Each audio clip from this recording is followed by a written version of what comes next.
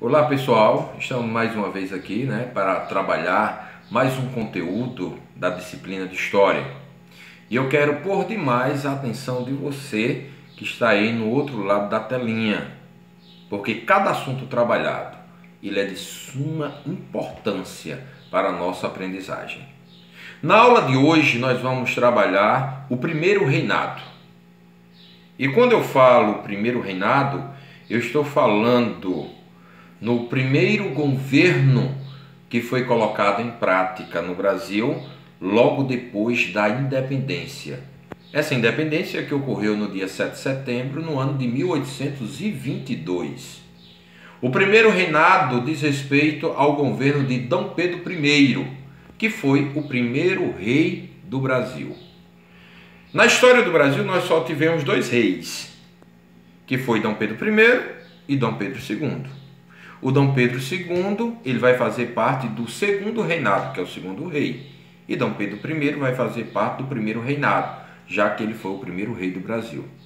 E por que ele foi o primeiro rei? Porque foi ele que organizou a independência no ano de 1822. O primeiro reinado foi um período curto da história do Brasil. Começou no ano de 1822 e foi até o ano de 1831. Só durou 9 anos. Então foram apenas 9 anos o governo de Dom Pedro I. E aí você pergunta, professor, o que é que nós vamos estudar dentro do governo de Dom Pedro I? Nós vamos estudar as suas principais ações administrativas, os principais fatos históricos que ocorreram dentro de sua administração, que durou 9 anos, do ano de 1822 até o ano de 1831. A primeira coisa que eu quero que vocês aprendam sobre o governo de Dom Pedro I foi que, assim que a independência do Brasil aconteceu, a primeira preocupação que ele teve foi fazer o reconhecimento da independência do Brasil. E o que seria esse reconhecimento da independência? Era fazer com que outros países reconhecessem o Brasil como um país. Porque o Brasil, para ser um país, era necessário que outros países, outros que já existiam, aceitassem a nossa separação política de Portugal e nos visse como um país assim como eles eram.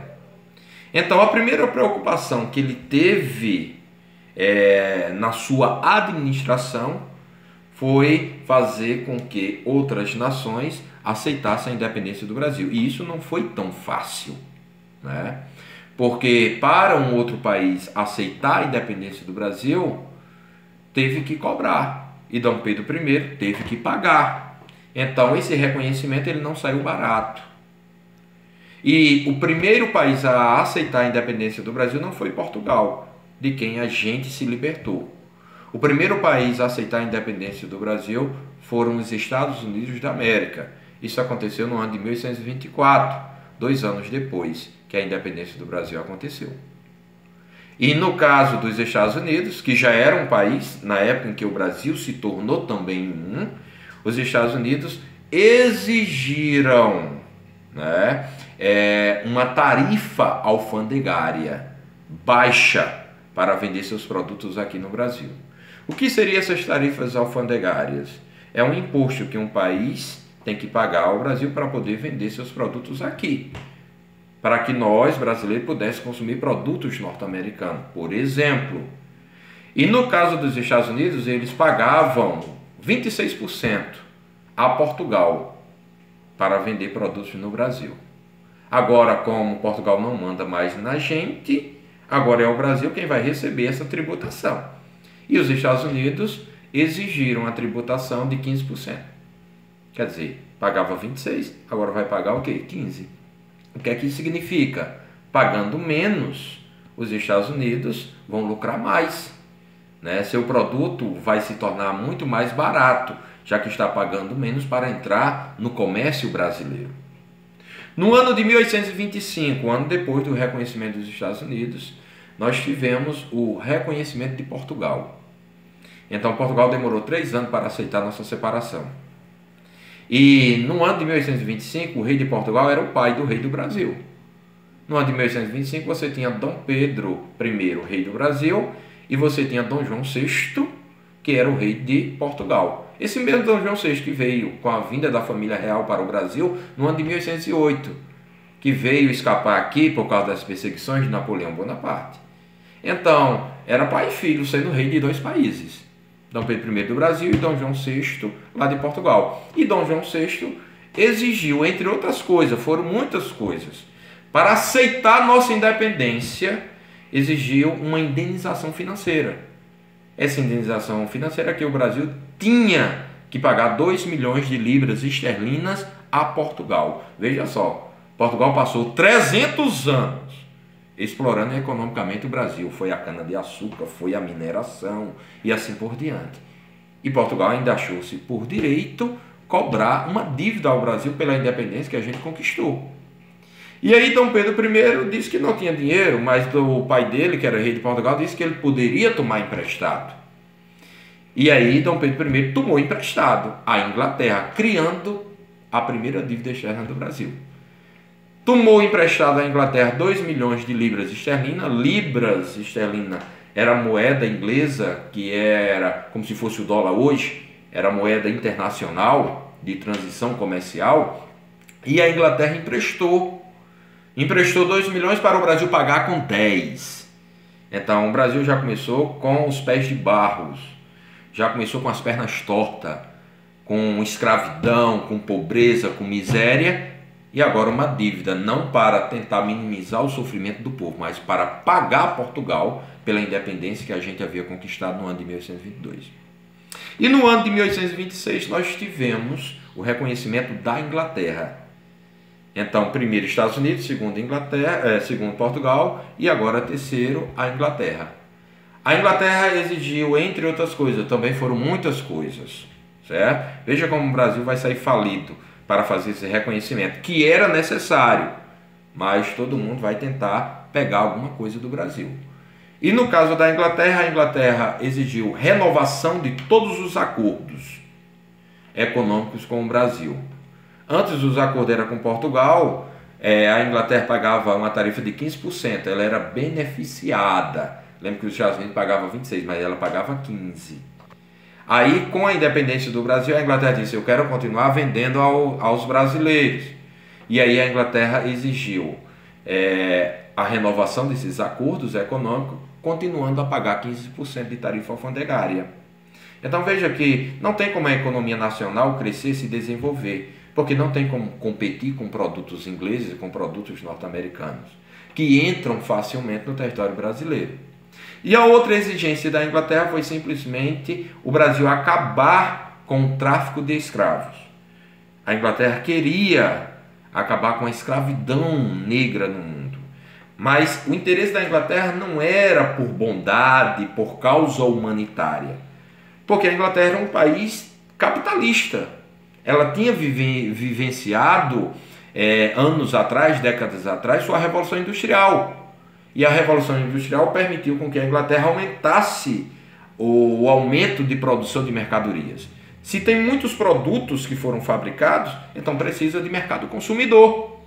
E o Brasil, 90% da população era constituída por escravo. Escravo trabalha, não ganha, não é assalariado. Se não ganha, não tem como comprar. Aí qual é o interesse da Inglaterra? Acabar aos poucos com o trabalho escravo no Brasil. E o primeiro passo é exigir do governo brasileiro, exigir do governo Dom Pedro I, o fim do tráfico. O fim do tráfico é a proibição do negro africano sair da África para o Brasil. E posteriormente a Inglaterra iria exigir o fim da escravidão, para que fosse instalada no Brasil o trabalho assalariado.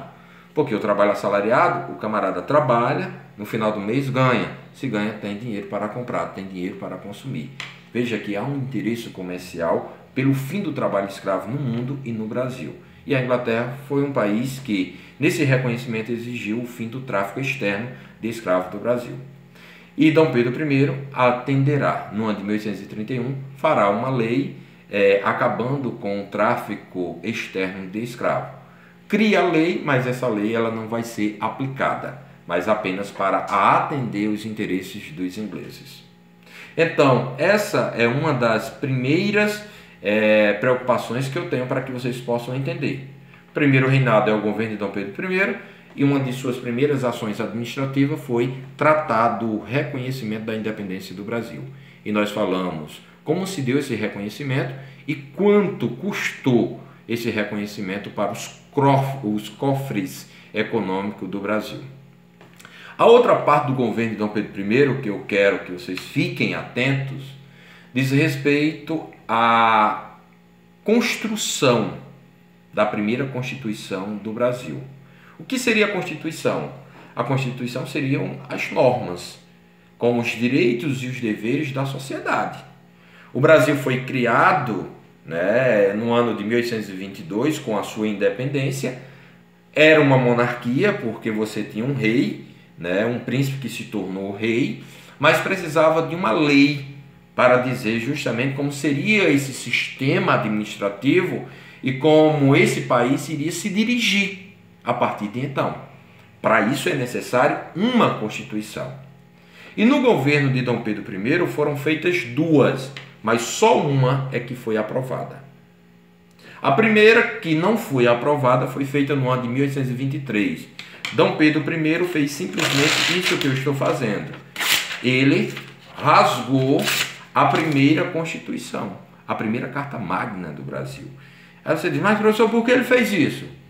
Ele fez isso porque ele reprovava essa Constituição, porque ela diminuía os poderes políticos dele. Ele tinha feito a independência para se tornar um imperador com poderes absolutistas e não com poder reduzido. E a primeira Constituição, que foi elaborada por uma Assembleia Constituinte, ela restringia o poder político de Dom Pedro I. Então ele disse, essa não voga, eu não fiz a independência para isso. Aí ele fez uma nova Constituição. Aí ele outorga, ele faz de forma autoritária e não democrática. Ele faz de acordo com seus ideais, que vai ser a Constituição de 1824. É essa que vai passar a valer. Aí essa Constituição de 1824, ela cria o famoso poder moderador, que é o poder absolutista de Dom Pedro I. Ou seja, ele é o rei e ele controla todo o cenário político, econômico, social, cultural do Brasil, da sociedade brasileira. O poder moderador é o poder autocrático, o poder ilimitado de Dom Pedro I. Aí essa Constituição vai dar esses plenos poderes para Dom Pedro I governar sem ser questionado. Nessa Constituição vai ter uma lei chamada Lei do Padroado. Padroado! Essa lei do padroado é que a Igreja Católica ela é oficializada como uma religião do Império, do Imperador, mas só que a Igreja Católica, segundo essa lei, feita por Dom Pedro I, deverá seguir as ordens dele e não do Papa. Veja como o poder dele é absolutista. A lei do padroado é que todas as encíclicas, todas as leis canônicas que viessem do Papa lá da Itália, lá de Roma, tem que passar pelo cumpra-se de Dom Pedro I. Então, as próprias pessoas que faziam parte da Igreja Católica passaram a ser funcionários do Estado, de Dom Pedro I, como padre, como bispo, como cardeal. E nessa Constituição dava esses poderes absolutistas a Dom Pedro I. Diante desse poder absolutista, autoritário, abusivo, Dom Pedro I, durante o seu governo, ele acabou vivenciando várias revoltas sociais contra o governo dele. Essas revoltas sociais queriam o fim do governo dele. Queria acabar com o abuso de poder dele, acabar com a Constituição que ele havia aprovado. Uma dessas revoltas foi chamada Confederação do Equador, que aconteceu no Nordeste brasileiro entre os anos de 1824 a 1825. Esse nome de Equador não é uma homenagem a um país da América Latina, não é chamado de Equador. Recebe o nome de Equador porque a região que se rebelou contra Dom Pedro I fica próximo da linha imaginária, chamada linha do Equador.